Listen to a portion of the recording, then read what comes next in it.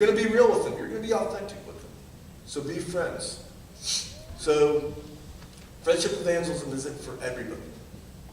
People have different ideas of evangelism. People have been doing evangelism in different ways all through the years. But this might be a way that works for you. You know what all I gotta say is try it. Try it. See if it works. See if it works. It might work. If it doesn't work, try something else. But go to God for it. And here's what I think we should do with friendship evangelism is, first thing is pray. Ask God, God, send me somebody into my life that you want me to share the gospel with. And then open that door of opportunity.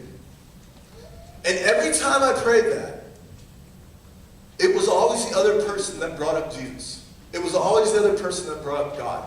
And it was like God was just sort of laying it out for me, and I was just kind of knocking it down. I think that's the best way, is like I said 2 weeks ago, let God do the heavy work. I think we make evangelism too complicated. I think sharing our faith, we try to put all these formulas, and it's got to be this, and we got to say this, and we got to do this. No, we are set free. Where the Spirit of the Lord is, there is freedom. This should be a joy of what we do. This shouldn't be a burden of what we do. I'm telling you, if you haven't led somebody to Christ yet, it is the greatest joy that you will ever have. It beats anything else. Because that person just got rescued. And when you taste that, you're going to want more of that. So what do you do after you lead somebody to Christ? Is, of course, continue being friends with that person. But go to God and pray for somebody else. That God will lead them to you. But it is controversial. And number 7. At some point, you are going to have to talk about Jesus. It's evangelism. It's sharing your faith. There's been people that I've talked to that have done this, and they've been in friendship evangelism for years, and they haven't even brought up the topic of Jesus once. They haven't shared your faith. And it's great. Building relationships and talking about the movies and, what team's winning and the fishing event and going out to dinner, that's all good. We need to do those things. But remember, it's also about sharing your faith. So some point, that courage is going to have to come up, and you're going to have to share your faith with them. And I think God will help us with that. Like I said, that the person usually brings up the topic of God or faith, and that is your way to go. And then tell them what Jesus means to you. Tell them how Jesus has shown you love, how Jesus has shown you grace. And they might not accept right then, but you plan to see. And then they'll come back, and they'll ask you more questions. I think eventually they'll come to know Christ. So that's evangelism. So if we're talking about friendship evangelism, let's talk about what does it mean to be a friend. And we're going to dive into 1 Samuel chapter 20.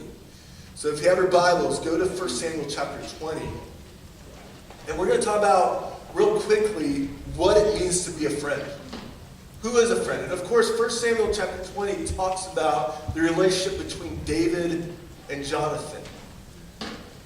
Jackie Robinson, talking about friends.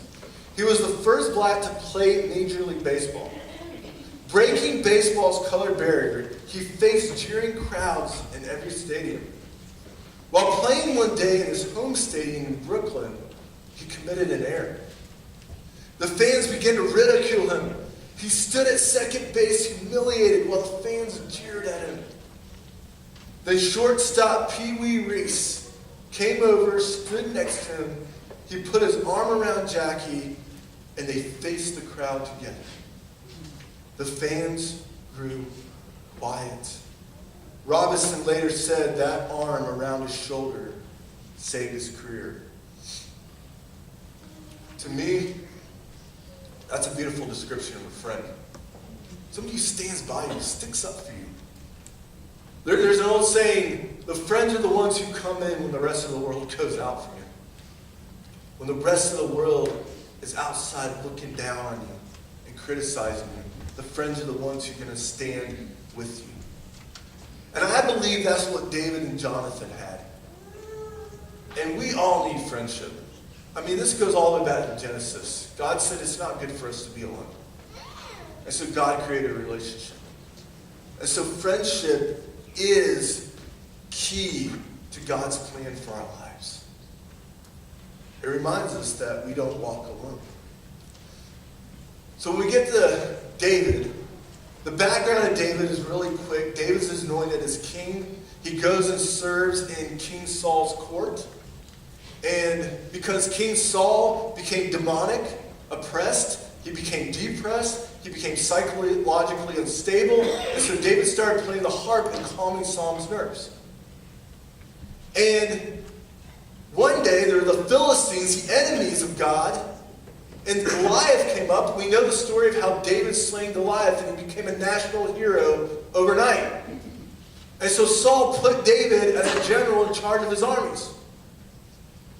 But David was very gifted at war. He was very gifted in what he was doing, and the people started liking him because he kept winning victory after victory after victory. And this upset Saul so much. And Saul got a bitter root of envy, and Saul began to hate David with a passion. And so David was one day ministering and playing his harp before Saul, and Saul chunks a spear at him, and it goes into the wall next to David. And David, smart as he is, runs out of there. I'm not going to be with this psycho king. So David is where we pick up with Jonathan. And so David takes off and he runs to Jonathan. And it says in verse 1 of chapter 20 that David fled from Naioth to Ramah and went to Jonathan and asked, "What have I done? What is my crime? How have I wronged your father? What is he trying to take? And why is he trying to take my life?" A friend is someone you go to in need. Jonathan was that friend that David was in need. So, we need to be the ones that people can run to us in need. And we can help out. So a friend is one that you run to in need. David fled from Naioth and went to Jonathan. Verse 2, as David said, "I've wronged your father and he's trying to kill me." And Jonathan said, "Never! You are not going to die. Look, my father doesn't do anything great or small without letting me know. Why would he hide this from me? It can't be." And I think what Jonathan was trying to do there was he was encouraging David. A friend is somebody who's going to encourage you. They're not going to keep insulting you. They're not going to keep putting you down. They're not going to keep trying to embarrass you in front of all their other friends. And I've had friends like that. And they're toxic friends. A friend is somebody who's always going to build you up. They're going to encourage you. They're going to say, "You can do this. You are going to make it. You are going to succeed. You are smart. You have what it takes." A friend will always encourage you. I love what George Adams said. He said, "Encouragement is oxygen to the soul." It's oxygen to the soul. Good work can never be expected from a worker without encouragement. No one ever climbs spiritual heights without it. No one ever lived without it. So even in our life, our work, our family, we all need encouragement. Because without encouragement, you're going to suffocate. You're going to suffocate and you're going to start shutting down and you're going to start becoming indifferent. So encouragement is that oxygen that keeps breathing life into you. Good friends know how to bring encouragement. "Never," Jonathan replied, "you are not going to die." But in verse 5 it says, "But David took an oath and said, 'Your father knows very well that I have found favor in your eyes.' And he has said to himself, 'Jonathan must not know this, or he will be grieved. Yet as surely as the Lord lives, and as you live, there is only a step between me and death.'" In other words, David's saying, of course your dad didn't tell you. He knows you and I are friends. It would devastate you, Jonathan, if he knew that he was trying to kill me. So David says, I've got a plan. I've got a plan. Let's figure out a plan. And so Jonathan says, "Whatever you want me to do, I'll do it." A friend will offer to help you. A friend will offer to help you. As Jonathan said, "I'll do whatever you need." So David comes up with this elaborate scheme. And he says, "Okay, I know in a few days this new moon celebration is going to be happening in the kingdom. And there's going to be this major party, and I'm invited to sit at the king's table. But I think, Jonathan, what I'm going to do is I'm going to go hide out in the field, and instead of going to that banquet, can you go to that banquet and tell your father that I actually went down to Bethlehem to spend time with my father Jesse and my brothers, and we're going to celebrate down there.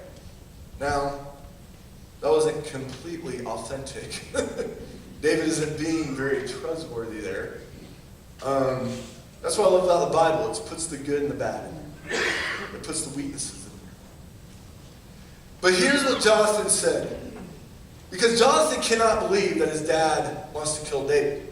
So in verse 9, Jonathan says this, never, if I had the least inkling that my father was determined to harm you, I would tell you. A friend is honest with another friend. If I knew something was happening to you, if I knew something was happening behind the scenes, I would let you know to protect you. That's what a true friend does. And a friend sticks by your side. So David said, let's go to the field so I can go hide. And Jonathan says this. He says, come. Jonathan said, let's go out in the field together because we're in this together.